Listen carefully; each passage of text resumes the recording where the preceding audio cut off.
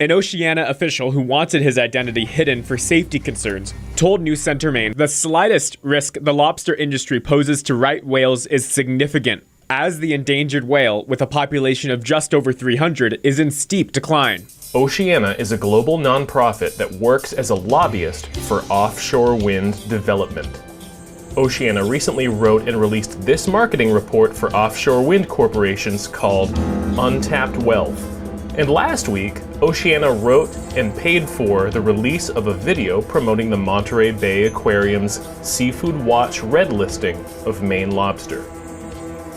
Today, the Seafood Watch program red-listed U.S., American lobster and over a dozen other fisheries over threats to the critically endangered North Atlantic right whale. They recommend avoiding seafood on their red list due to wildlife or environmental risks. These fisheries pose a serious risk to North Atlantic right whales.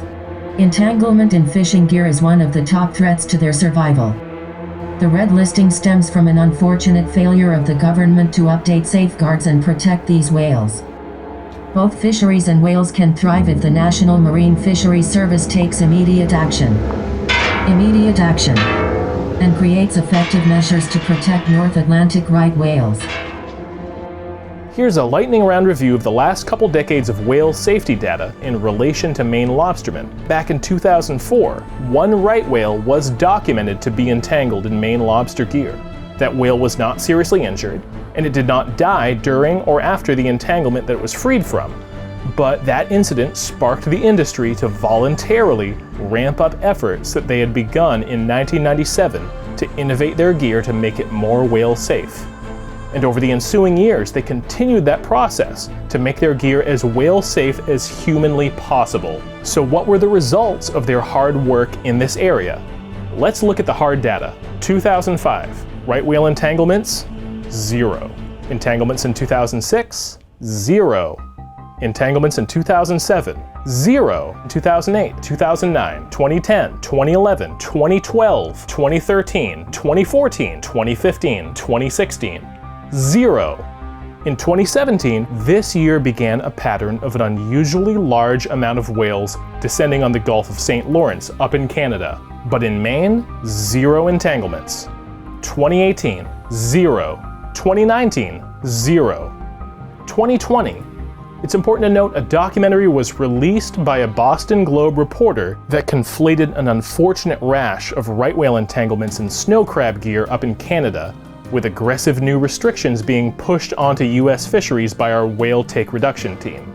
In the midst of all this, COVID lockdowns temporarily impeded the cruise industry and shipping industry, which demonstrably lowered the whale deaths that usually occurred from large ship strikes. Maine lobstermen were one industry that didn't have to stop going to work because of lockdowns and continued full speed ahead with a normal year's effort at fishing.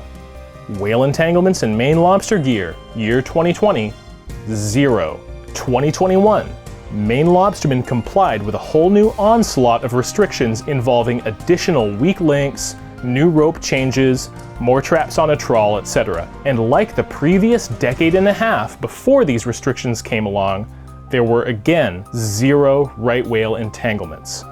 Which brings us to this year, 2022, the first full calendar year that Maine lobstermen have been subject to last year's 60% risk reduction. And again, 0 right whale entanglements for 18 years straight now. And September kicks us off with a bang. A media firestorm over the net zero foot soldiers at the California Aquarium, along with partnering offshore wind lobbyists like Oceania, assisting in telling the public to avoid Maine lobster on the excuse that our lobstermen pose such a risk to right whales. A judge refuses to acknowledge that Maine lobstermen are completely whale safe with a perfect track record for going on 20 years, and the feds move to strike a potentially fatal blow next year to our lobster fishery with a catastrophic 90% risk reduction, despite the fact that Maine's lobstermen have already achieved a 100% success rate at preventing whale entanglements for 18 consecutive years and running. How can we possibly make sense of this sequence of events? Jonesport lobsterman Tim Peabody provided me what might be the most compact summary that I could hope for. I hate to put it this way, but it's a bunch of bullshit.